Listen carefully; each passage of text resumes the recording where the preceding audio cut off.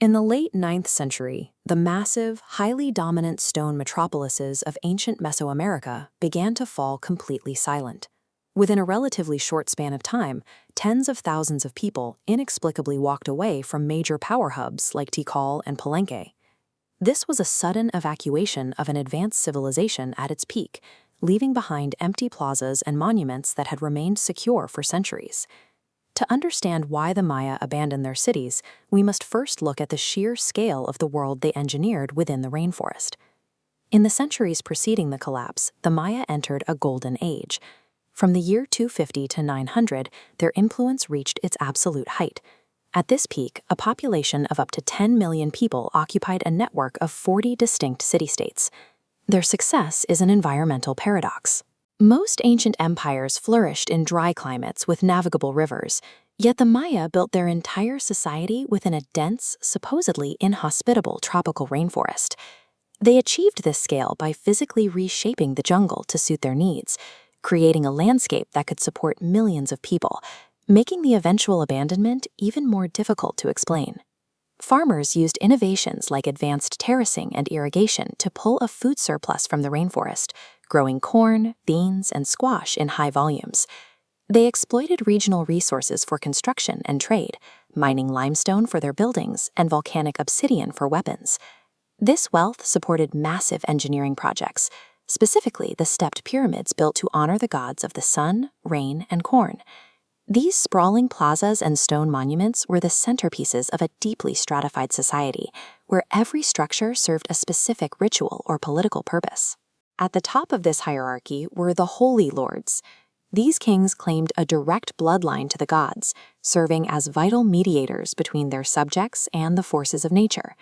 Because their kings were responsible for interpreting the cosmos, the Maya became the most advanced astronomers and mathematicians in the pre-Columbian Americas. They were among the first civilizations to independently use and conceptualize the number 0, a breakthrough that enabled their most complex calculations. Looking at the intricate symbols of this stone monument, you can see how they tracked time through multiple overlapping systems, including a 5,000-year long count calendar. They recorded their history and observations in codices, using a sophisticated hieroglyphic system. This surviving page shows the precision of their data on tree bark paper. These records confirm a highly organized society, leaving us to investigate the forces powerful enough to break it. In the late 8th century, the system began to fail. Historians have identified 3 primary factors that destabilized the southern lowlands. The first suspect is environmental exhaustion. The land may have reached a breaking point, unable to provide enough nutrients for a population that had expanded for centuries.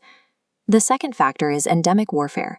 Conflicts between city-states grew more frequent, shattering the trade alliances and royal dynasties that held the empire together.